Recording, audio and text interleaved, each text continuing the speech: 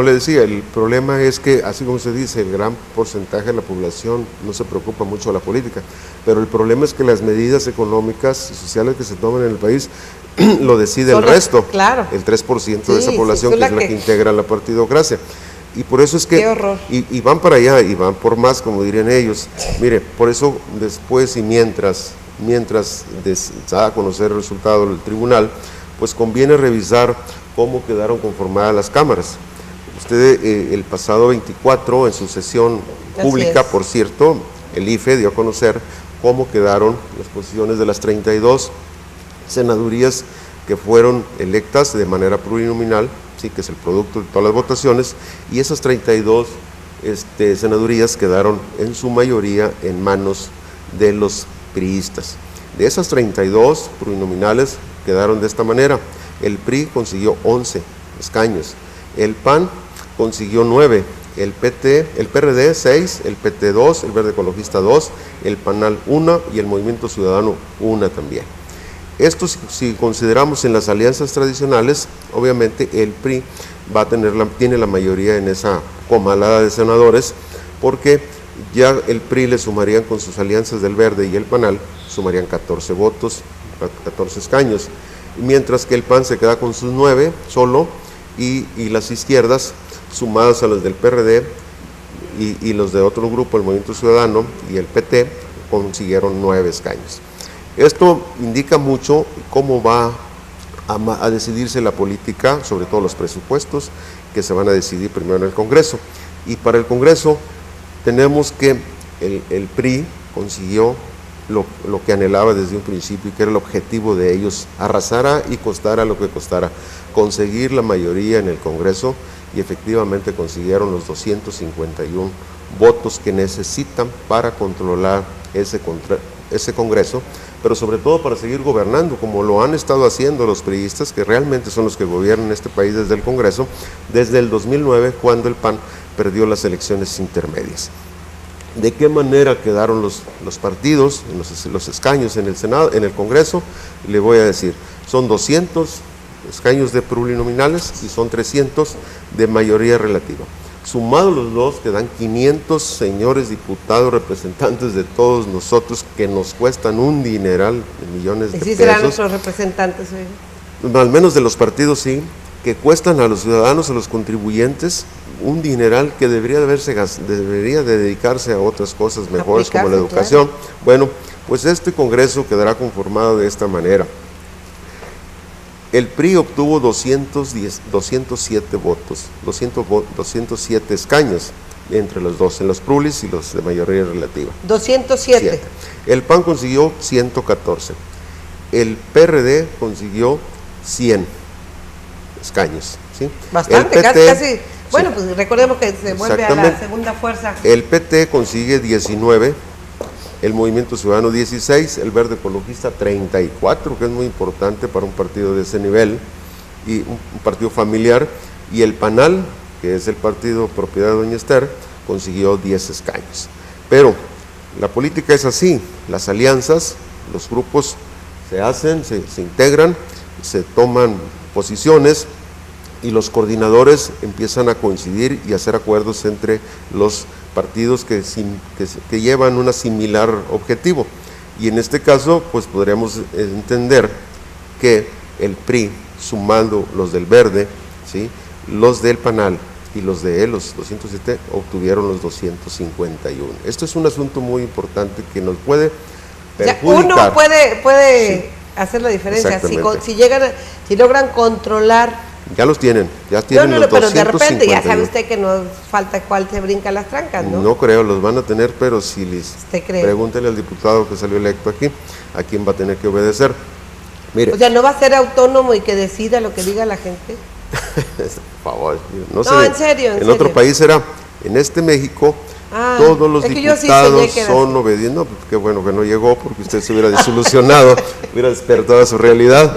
Mire, este país se controla, la política se controla así: los diputados obedecen a su partido y a su coordinador, se deben de olvidar desde el día que asumen el cargo, que reciben la charola, que reciben su sillita allí, son autónomos, que son representantes del pueblo, son representantes de los partidos y están para servir a su partido y proteger los intereses de su partido.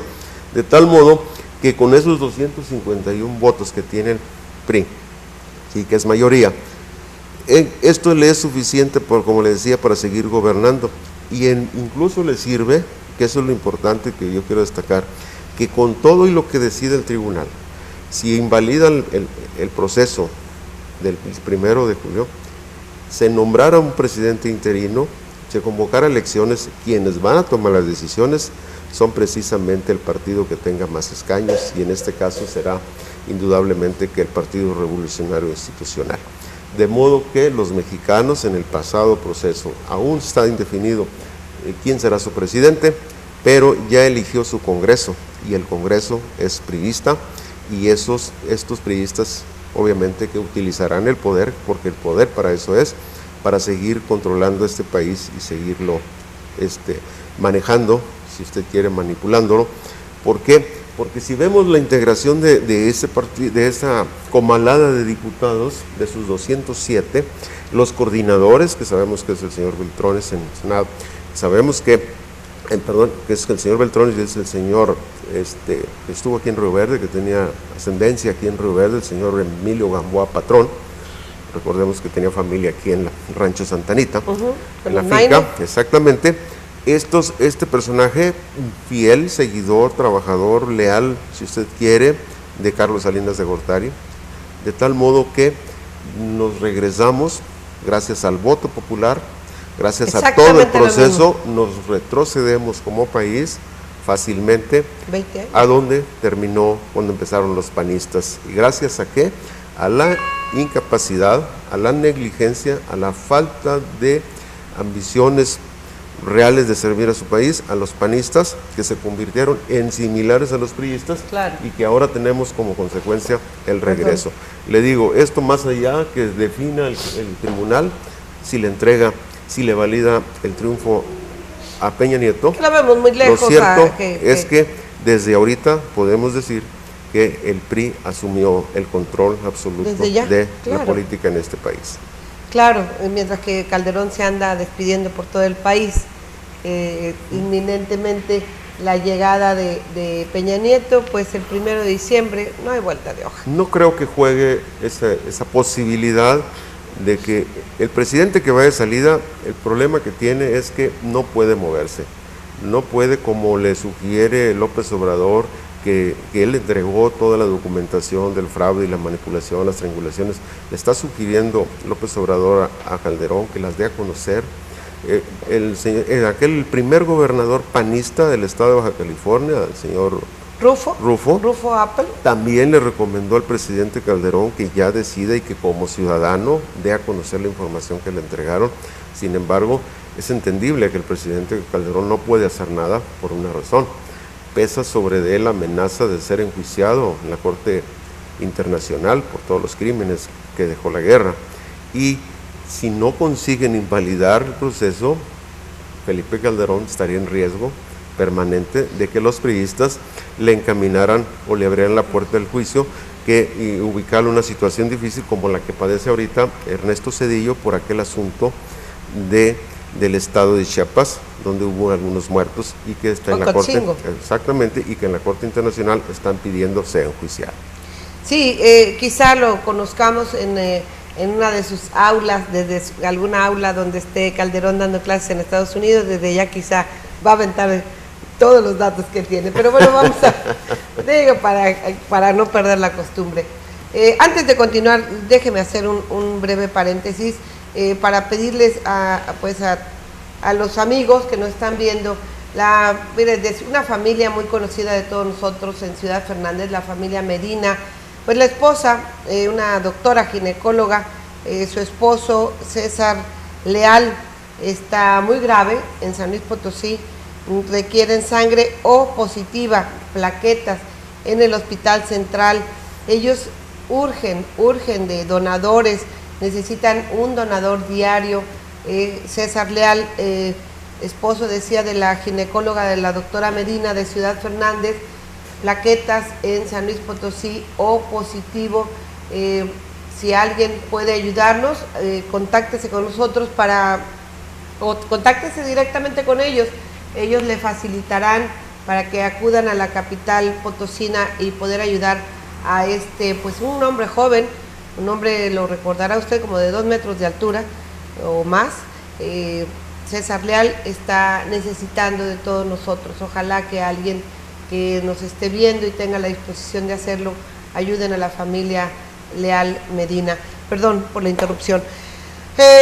Don Juan Pablo, a nivel estatal, ¿qué tenemos de novedades? Destaca indudablemente el conflicto en que se metió, sale de uno y se mete a otro, la señora Victoria Labastida. Y la verdad es que en el fondo podemos ver que sí lleva buena intención o buen objetivo, no solamente de recaudar, no se trata de recaudar dinero, que seguramente les faltará, como a muchos alcaldes les falta para terminar y entregar las cuentas, más no para o llevarse menos más limpias, más o menos maquilladas. El conflicto se da con una telefónica, la más importante de América Latina, y me llama la atención porque una situación similar se vive aquí en Río Verde y todos los municipios. Se puede decir que en todos los municipios del país que decidan ya ejercer su derecho a cobrar ciertos tipos de impuestos que deben realizar los alcaldes para fortalecer las economías de sus municipios. ¿Cuál es el conflicto? Pues que pareciera, ellos se dan por ofendidos, la telefónica, en el sentido de que les impiden trabajar, que ahuyentan las inversiones, pero lo cierto es que en este país es muy común ver al inspector de pisos y mercados ahí por esa zona, cobrándole al que vende las tunas por ocupar un espacio público, y la lógica es que si la empresa ocupa un espacio público al instalar su teléfono público, valga la redundancia, el servicio público, pues también debe de pagarle al municipio, sobre todo el cableado, la instalación de postes y todas esas cosas que también lo debería hacer la Comisión Federal de Electricidad. Por cierto, que aunque sea una institución del gobierno federal, también debe de pagar lo que corresponde al municipio. Claro. Los municipios serían muy fuertes económicamente hablando si los alcaldes se pusieran a trabajar en ese sentido. Lo está intentando la señora Labastida, como lo han intentado otros alcaldes en otros estados. No han tenido la suerte porque México está hecho así, las leyes están para darle tiempo al tiempo. Porque no son retroactivas. Entonces, lo que suceda a partir de la nueva disposición en